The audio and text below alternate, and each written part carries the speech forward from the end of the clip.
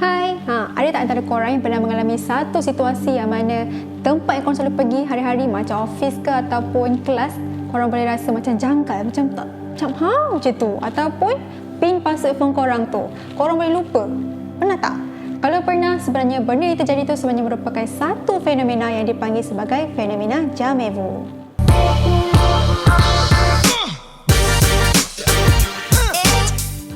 Biasa kita dengar kan, aku rasa macam tempat ni déjà vu lah. Biasa kita dengar déjà vu kan, déjà vu. So, Déjà vu ni apa pula? Sebenarnya Déjà vu ni adalah bertentangan dengan déjà vu. Kalau déjà vu ni kan maksud dia rasa macam pernah melaluinya. Bertentangan dengan dia pula Déjà vu rasa tak pernah melalui ataupun melihatnya. Istilah Déjà vu ni diguna oleh ahli psikologi dan saintis saraf yang mana mentakrifkan kesan mental di mana satu benda yang kita dah biasa buat tu boleh rasa seolah-olah kita mengalaminya buat kali yang pertama. Fenomena ni kan kadangnya terjadi dekat orang, tempat ataupun perkataan yang mana kita dah biasa dengan perkara tu, tapi perkara yang kita dah biasa tu rasa macam kita lupalah macam berapa saat ataupun berapa minit je. Kenapa Déjà vu ni macam kurang popular daripada déjà vu? Sebenarnya lah kan, Déjà vu ni peratus orang yang terkena dia rendah sangat daripada déjà vu. Macam 40 hingga 60% orang je yang terkena. Dan mungkin korang akan terkena sekurang-kurangnya satu kali seumur hidup. Kajian berpendapat sebenarnya Déjà vu ni ada kaitan dengan brain fatigue, iaitu kelembapan pada otak sebab nak proseskan sesuatu yang mana korang dah biasa dengan benda tu. Dia samalah macam keletihan otak kita lah.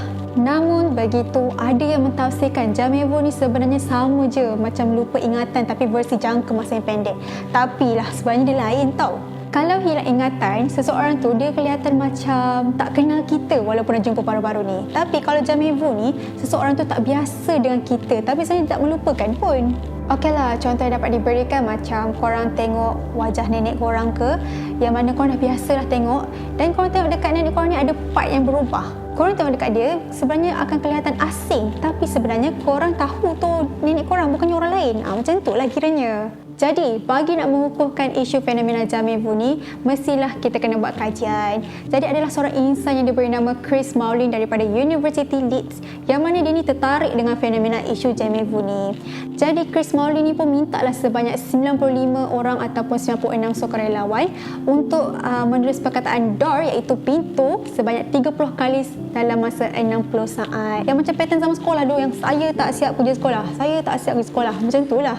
Apa yang dapati sebanyak 68% orang terkena Déjà vu. Dan pada orang yang terkena Déjà vu ni, perkataan door tu dah macam hilang makna, macam tinggal bunyi macam door. Macam tu lah. So, atas kajian yang dibuat, Déjà vu ni sebenarnya masih lagi menjadi misteri bagaimana ini tercipta kerana tak ada penelitian yang membahaskan dengan lebih mendalam.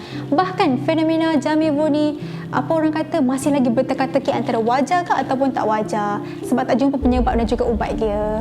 Tapi Maulin ni katakan semua benda ni adalah disebabkan brain temporal lobe. Payah nak sebut yang mana dia tu bahagian kat otak kita nak memproseskan maklumat ataupun memori lah. Bagi penghidap TLE, iaitu temporal lobe epilepsy, diorang akan terkena déjà vu ataupun Déjà vu ni sejurus sebelum mereka terkena sawan. Okey, kalau macam tu bahaya ke Déjà vu ni? Macam patut kita takut? Senang cerita, korang tak payah takut sebab benda ni sebenarnya merupakan tanda gejala yang normal, melainkan dia datang kesan negatif kat dalam hidup korang. Bagi mereka yang sebenarnya terkena Déjà vu ni, sebenarnya dia macam ngeri tau, sebab yelah kita boleh lupa ingatan. So adalah beberapa kisah yang pernah orang terkena Déjà vu ni. Antara kisah yang pertama, ada seorang manusia ni, dia nak turun daripada stesen bas yang mana dia hari-hari dah turun. So dia tengok dekat tempat persekitaran dia tu macam lain macam lokasi lain, signboard lain. So dia rasa macam pelik lah. Sampaikan dia nak balik rumah, terpaksalah guna Google Maps, geng. Dan kisah yang kedua pula pernah berlaku dekat seorang manusia ni yang mana dia nak pergi kelas lah macam hari-hari biasa tu kan. So dia tengok dekat kelas dia tu macam lain macam macam tu lah. So dia tengok kawan-kawan dia pun lain. Lepas tu dia duduk dekat meja yang mana dia tak tahu meja siapa, tapi dia dapat feel tu macam meja dia. Dan dia try dah nak ingat seorang nama kawan dia, dia tak boleh juga. So apa yang berlaku lah sekali dia terpaksa dah balik rumah. Dia tak dapatlah kendalikan pelajaran pada hari tu. Macam itulah. Apa patut kita buat bila terkena Déjà vu ni? Sebenarnya korang janganlah panik. Sebaik-baiknya korang tarik nafas. Ataupun cara lain, korang boleh rehatkan diri korang selama 10 minit untuk back to normal lah. Okey, tu sebenarnya perkongsian mengenai Déjà vu, yang mana sebenarnya benda ni seram sebab boleh jadi kat mana-mana ataupun bila-bila masa saja. Dan selain daripada Deja vu dengan Deja vu ni, ada banyak lagi fenomena yang mana korang tak tahu, macam Deja vu, iaitu perasaan lebih kuat daripada Deja vu, ataupun Presque View, macam tu lah bunyi dia, iaitu hampir-hampir tak mengingati sesuatu. Jadi kalau korang suka fenomena macam ni lagi, jangan lupa untuk like, share, subscribe saya Kak Keli dan juga komen kat bawah ni. Korang pernah ke kena Deja vu ni? Cuba cerita.